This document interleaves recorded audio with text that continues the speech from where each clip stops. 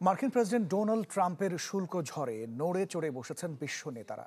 নতুন করে শুল্কের হার বাড়ানোর সিদ্ধান্তে তীব্র নিন্দা জানিয়েছেন তারা। পাল্টা ব্যবস্থার হুঁশিয়ারি দিয়েছেন ইউরোপীয় কমিশনের প্রেসিডেন্ট। যুক্তরাষ্ট্রের আরোপিত শুল্কের জবাবে পাল্টা ব্যবস্থা নেওয়ার হুঁশিয়ারি দিয়েছে চীন। ঢালাইয়ের সেরা প্রিমিয়ার সিমেন্ট।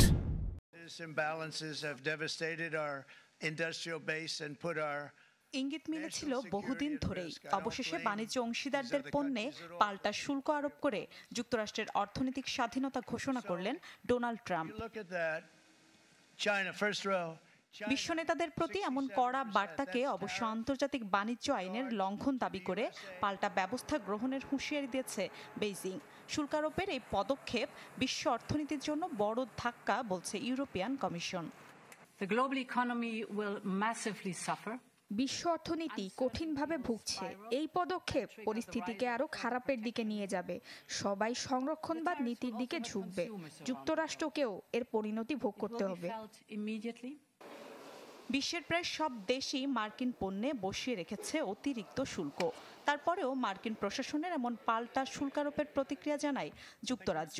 আলোচনার মাধ্যমে বিকল্প পথ খোঁজার আহ্বান দেশটির প্রধানমন্ত্রীর।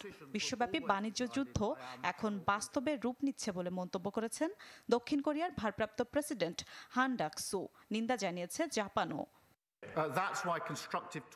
বিশ্ব আরেকটি বাণিজ্য যুদ্ধ দেখুক, তা কোনোভাবেই কাম্য নয়।